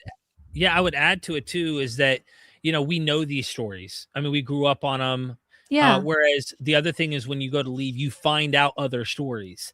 And I don't want to be a Bible supremacist, as if like, oh, this is the only one that has these kinds of stories. It's a cultural thing that we grew up on. But like, I'm going to tell you, I know the Odyssey can be pretty ruthless, but I love the Odyssey. Are you looking forward to the movie? Oh yeah. I don't Christopher care. Nolan. Look, epic. I'm not so much of a nerd in this that like I'm gonna be mad if his helmet doesn't look like a Mycenaean helmet or something. Like I'm okay with a modern reimagination, but like it better hit, because I've read the story, and I'll tell you, I cried at the end of this story, and I still do. Yeah. Even with someone in the chat mentioned Dante's Divine Comedy. And like, on the one hand, it did a lot of damage because it gave us a lot of our imagery for hell that we started to take literal. But I read that text with a mystic teacher where like, we know this isn't real. This is like what is happening at the level, like in your soul space, with these sins, you know, and going from heaven to, going from hell, and then going through the levels, and then going to purgatory and going to heaven. It's a journey, and I would weep in class sometimes. It changed my life. Very beautiful. But we miss the point when it's like, you know, when it gives us all this imagery that we then, you know, are afraid of, when it was never supposed to be the way. Anyway, I forgot where I was going with that, but yeah, someone mentioned that. Oh yeah. So for the Odyssey, the only thing I'm afraid of is, I like you, like my life is deeply affected by epic stories. Les Mis is a story that really changed my life in many ways. And I'm really excited for the Odyssey. I'm excited for that to become kind of part of our cultural conversation. The thing that I'm scared of is there are translations, in a lot of the earlier translations, they really did women dirty, that women are either like on a pedestal, or they are, you know, like the siren who's going to destroy you. And there's not a lot of in between, not a lot of complexity.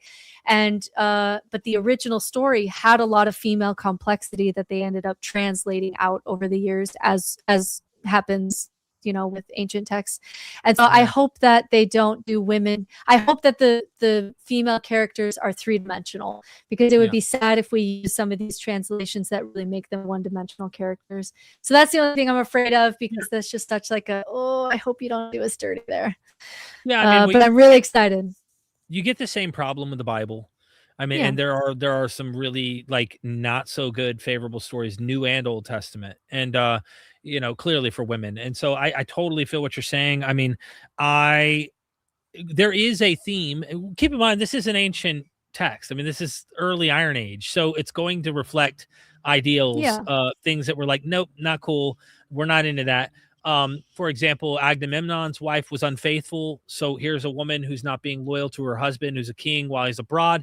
But Penelope, at every turn, while the suitors want her, she is the exemplar woman of being faithful to one man, even if she thinks he could be dead, but has hope that he's not. And I get out of it what I think is useful and really enjoy, and I can see when I'm like, that's horseshit. Okay, like that's not good. And based on our modern ethical systems here, but we got some super chats. But there was let's do the super chats. Yeah, there was one thing I was thinking about, and I think I just lost it. It was something really good. I felt like it was going to be really good. But either way, we'll keep letting the muse control us here. Okay. Yeah. Wait a minute. What? Sorry it took so long to get to these super chats. We're working on them now. How do you cope after deconverting when your spouse uses religious content to shame or scare you because you no longer believe the same? Yeah, it's a really complex question. Mixed faith marriage is something that I do work with. I don't do, because I'm not a therapist, like I won't touch like sex therapy or other parts of the relationship.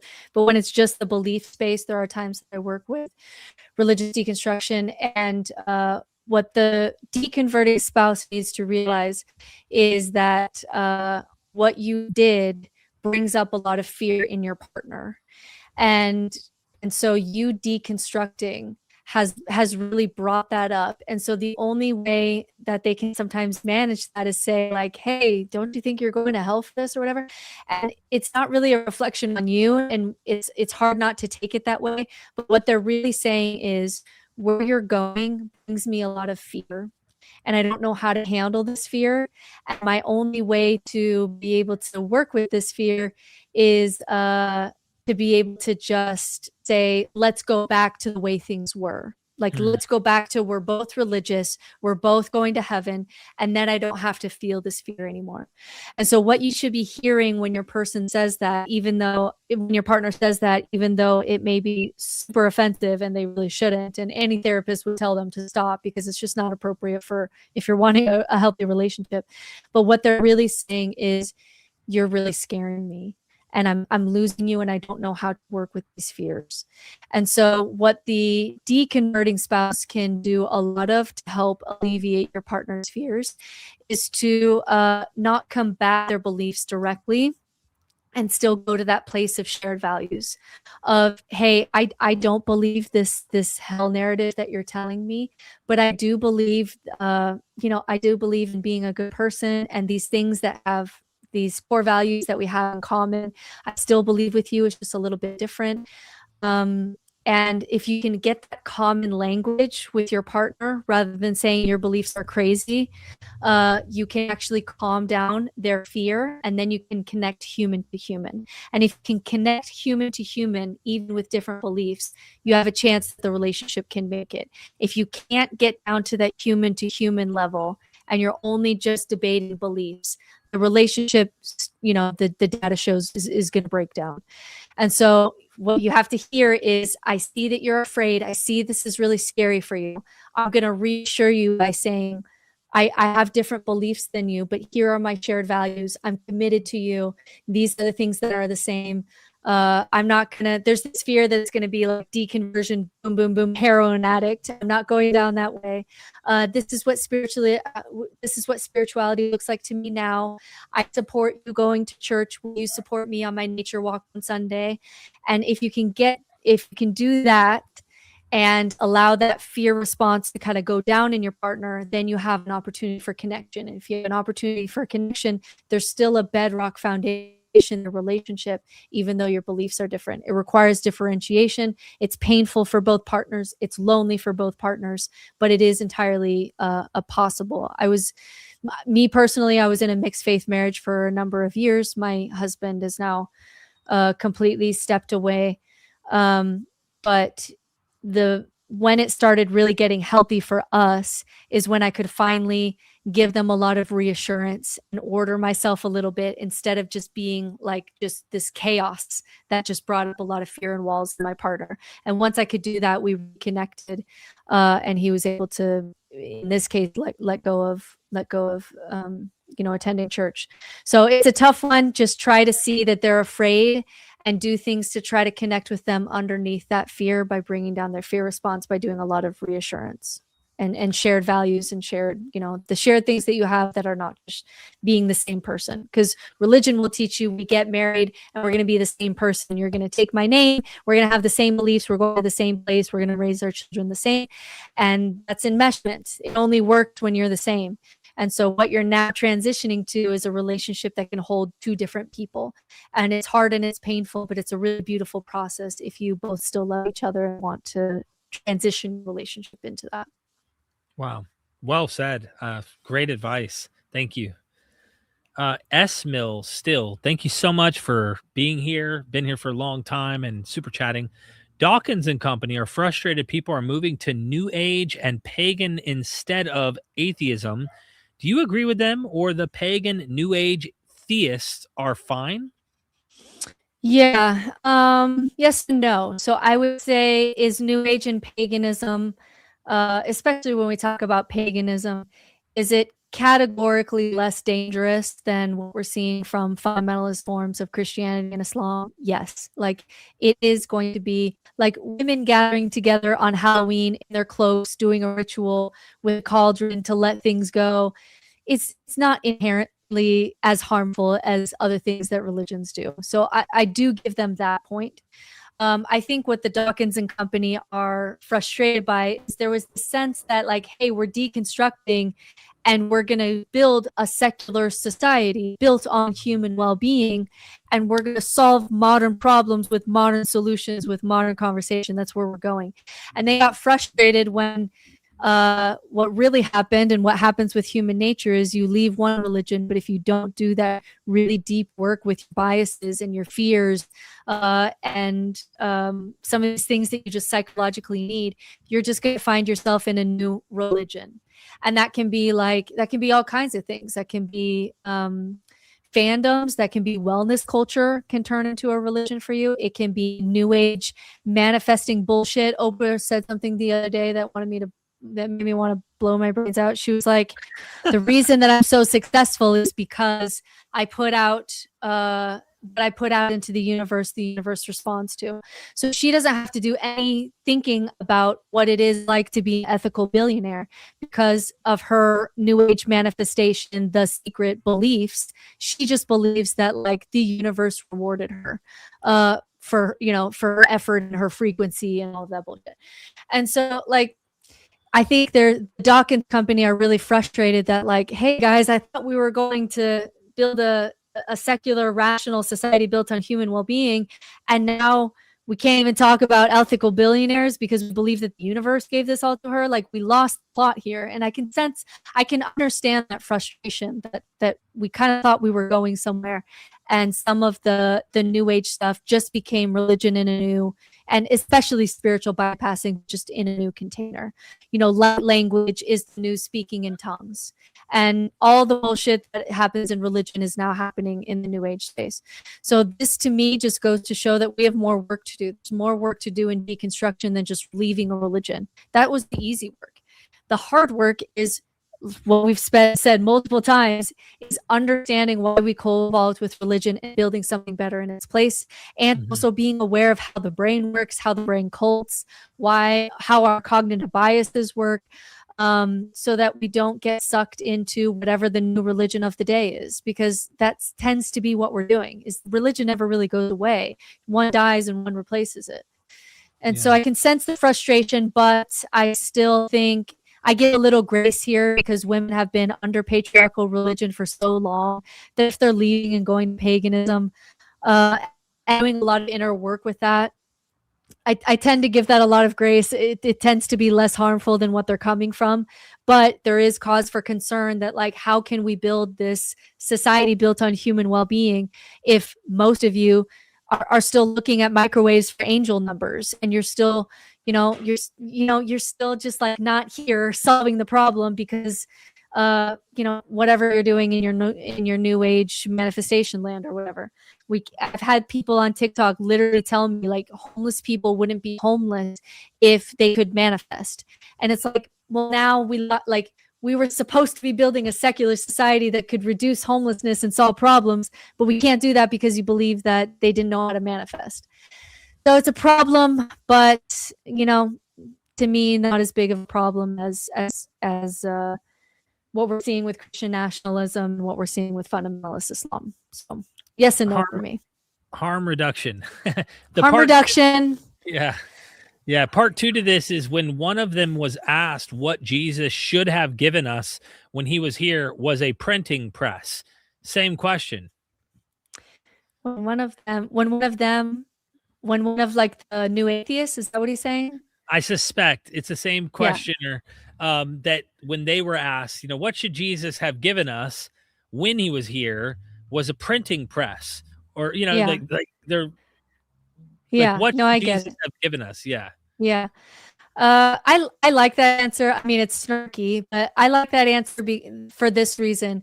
If really the purpose of what the hell is going on here on this planet was going to be given to us by Jesus, he should have fucking wrote something down, or somebody he knew should have been writing something down. So for me, like, if Jesus was the plan and Jesus could not be bothered to write anything down, and he's God's mouthpiece, that's a problem. And so I like that answer. Not the printing press specifically, but pick up a pen, just pick up a quill or whatever, whatever it was. You should have written something down if this was the message from God, because what we have is people decades later with contradictory stories and a big old mess. There's literally more eyewitness evidence for Mormonism than there is for Christianity. Yeah, and I know a lot of that. It's kind of funny because even if you picked up a pen, I could be critical of that because it's like, so what? He wrote something down. People write but down, it'd be something. At least we could examine it. Hey, does this sound like somebody who's talking to God? Is there something here that's like, whoa, a human couldn't have done that, or a human couldn't have written that, or that's really amazing, or whatever.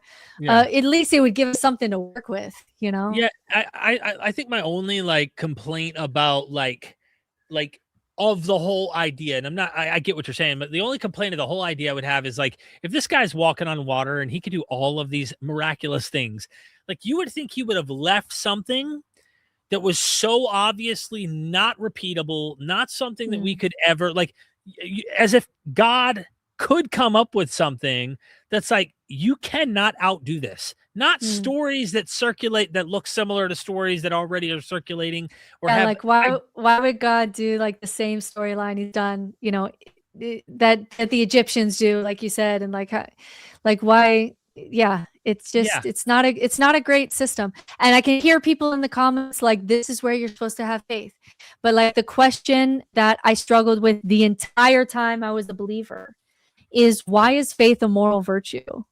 Why is faith why does God value faith more than love or compassion or being a good person? It is hard enough on this planet to be a good person. I am going through something right now, a conflict where it is really hard to just be a good person, even though I don't even know, what's going on with reality. It's hard enough to be a good person. Why is faith in the correct, unbelievable story a moral virtue? It doesn't make any sense at all. It makes more sense that this is the psychological way that we just turn off cognitive dissonance. Oh, we just have to have faith, and now the thinking is done, right? That makes a lot more sense, because there's no reason why there's all these other stories. To me, it's like when the analogy that I use is, it feels like God dropped us off into Skid Row because somebody ate an apple and dropped us all off in Skid Row, and there's all this writing on the walls, and we're supposed to find the one that was true, even though there's like lots of different writing or whatever, and faith in the correct writing on one of these walls was going to be correct. And it's just like this shit show. Like that was the plan. Like that's the plan. And like, he's still a good parent. Like in what ways is that being a good parent? And if you get it wrong, like it's like eternal torture. It's just so it's weird. Yeah. But I'm saying this now from more of an outside perspective, but when I was in it, I was trying to make it work. And why was I trying to make all of that work rationally and creating? I had all of these theological, ways that I could have just combated myself right there. I was doing it. Why? Because emotionally, I benefited from belief, both psychologically and socially. And that's why my brain was doing it. Right. Exactly. Anyway. No, this is fantastic. Sorry I took you off the rabbit trail here. DJ Wilkins back again. Great, insightful discussion. Thank you. Yes, thank you. I think Britt is brilliant. Ricky Johnson, 7591. Thank you so much for the super chat. Fantastic discussion.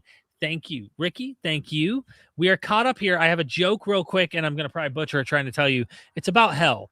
I heard it from Dennis McDonald a while back, so if someone else hasn't heard it, a modern Protestant dies, and he comes to the pearly gates, and Peter's there, and he says, hey, you're on the list to go to hell. So he's like, what? Hold on. No. What are you talking about?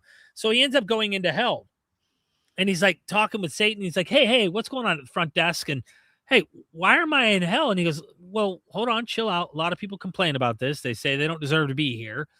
And he's like, yeah, I don't. I definitely do not deserve to be here. I'm a strong believer in Jesus. He's my Lord and Savior. Like, what are you talking about? Like, you better check the list again. He goes, hey, sometimes errors happen. I'm gonna call the guy upstairs. Give me a few moments. Go stand over there in the waiting area. And like, you know what I mean? We'll get this figured out. If you don't belong here, you'll go back to heaven and get to hang out in the mansions and the pearly gates and all that. So he's hanging out, and he notices someone who looks recognizable by icons that he has seen. And he's like, hold on, is that Martin Luther in hell? He sees Martin Luther. So he walks up to him, Martin Luther, the German reformer, is that you? And he's like, yeah. And he speaks in German, and he speaks to him. He goes, yes. He goes, what in the world are you doing here? And as he's about to explain, then he realizes, oh my God, that looks like Augustine. So then he turns, he's like, Augustine, is that you? And he says something in Latin. Holy crap, it's Augustine. And then he's about to explain why he's here. Then he turns and he sees the Apostle Paul. And he's like, what the hell are you all doing here? And Paul says, it was works-based salvation all along. Oh, that's a good one. Yeah, I love it. Oh, I like it. All right. I love it. Yeah. 2 hours, man, that 2 hours flew by. That was so great. All right, I'll leave you with one of my jokes, one of my religious jokes. Okay. Please. It's really short. A priest and a mom and a rabbit enter a bar. The rabbit says, I think I'm a typo. Yeah, I think then what?